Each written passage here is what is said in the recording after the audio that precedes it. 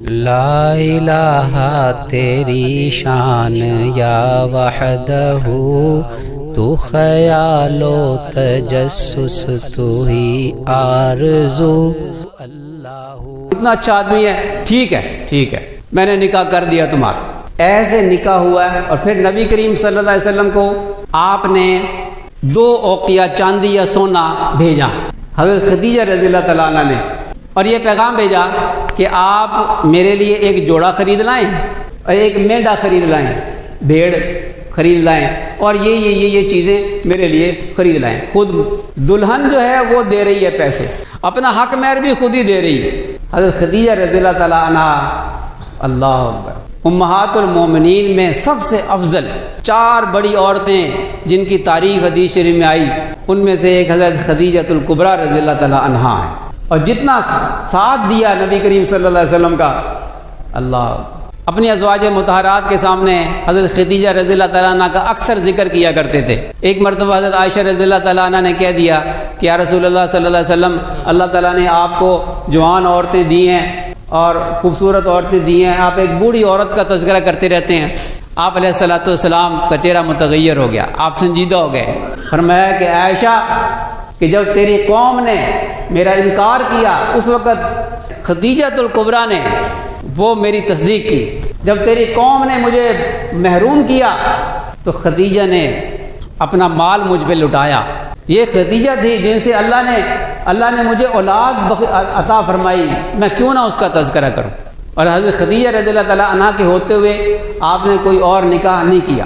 حضرت فاطمہ الزہرا رضی اللہ تعالیٰ عنہ کی شادی تو مشہور ہے، آپ حضرات نے قصہ سنا ہی ہوگا۔ حق مہر کتنا تھا؟ پچھلے جمعے میں نے یہ عرض کیا تھا، تو میں حق مہر کے بارے میں تھوڑی سی گفتگو کر دوں۔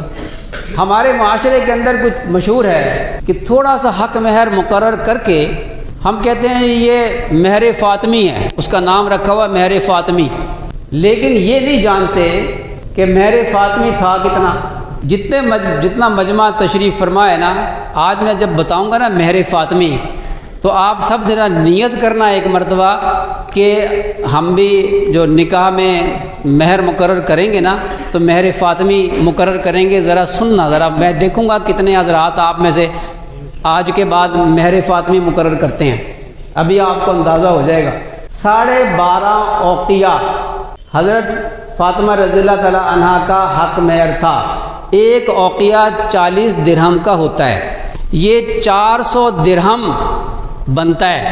سنیے، چاندی کے حساب سے یا سونے کے حساب سے ہوا کرتا تھا 131.25 131 تولہ 3 ماشے چاندی، یہ حضرت فاطمہ رضی اللہ تعالیٰ عنہ کا حق مہر تھا۔ اور اکثر ازواج مطہرات کا حق مہر اتنا ہی تھا، 400 درہم، سوائے ام حبیبہ رضی اللہ تعالیٰ عنہ کے کہ وہ حبشہ میں تھی، حضرت ابو سفیان رضی اللہ تعالیٰ عنہ کی بیٹی تھی۔ نبی کریم صلی اللہ علیہ وسلم نے پیغام بھیجا تھا نکاح کا، نجاشی کو کہا تھا کہ ام حبیبہ سے میرا نکاح پڑھا دیں۔ نجاشی نے پیغام بھیجا ام حبیبہ رضی اللہ تعالیٰ عنہ کو، اور کہ آپ اپنا کوئی وکیل بنا کر بھیج دیں۔ نبی کریم صلی اللہ علیہ وسلم نے نکاح کا پیغام بھیجا ہے۔ حضرت ام حبیبہ رضی اللہ تعالیٰ عنہ بڑی خوش ہوئی، اور وہ جاری آئی تھی نا، اس کو اپنے کنگن وغیرہ اتار کے اس کو ہدیہ دے دی۔ نجاشی نے حق مہر رکھا تھا نبی کریم صلی اللہ علیہ وسلم کا وکیل بن کر، کتنا؟ 400 دینار کے 500 دینار سونے کا سکہ ہوتا ہے، یہ بہت بڑی رقم بنتی ہے۔ اور پھر ادا بھی اپنے پاس سے کیا تھا نجاشی نے، وہ بادشاہ نے ادا کیا تھا۔ تو 131 کو آپ 3000 سے ملٹیپلائی کریں، 3000 ریٹ ہے چاندی کا تقریباً، راؤنڈ اباؤٹ، یہ راؤنڈ اباؤٹ 4 لاکھ روپے بنتا ہے۔ اور ہم کہتے ہیں کہ جی 12 روپے 12.5 روپے حق مہر۔ شادی بیاہ پر لاکھوں خرچ کر دیں گے اور گناہ کمائیں گے، لیکن وہ جس خاتون کو گھر لے کر آ رہے ہیں اس کی یہ عزت افزائی کی کہ 500 روپیہ، 1000، 4000، 5000 حق مہر رکھ رہے ہیں، اور کہہ رہے ہیں جی حق مہر تھوڑا ہونا چاہیے۔ تو شادیوں میں 10 لاکھ روپیہ خرچ کرنا جائز ہے؟ وہ بارات پر لاکھوں روپے خرچ کرنا جو ہندوؤں کی رسم ہے وہ جائز ہے، اور جس چیز کا شریعت نے پابند بنایا کہ لڑکی کی شرافت اور عزت اس پر اس کا حق مہر مقرر کرنا، اور وہ جناب 4,000 5,000 6,000 10,000، حیرت ہوتی ہے جی، حق مہر جی 10,000 ہو رہا ہے، لکھایا جا رہا ہے، اور بارات کے اوپر کتنا خرچ ہو رہا ہے؟ 10 لاکھ بیوی کو دیتے ہوئے جان نکلتی ہے، اور حرام کاری کرنے میں جو ہے وہ خوب پیسہ خرچ ہوتا ہے۔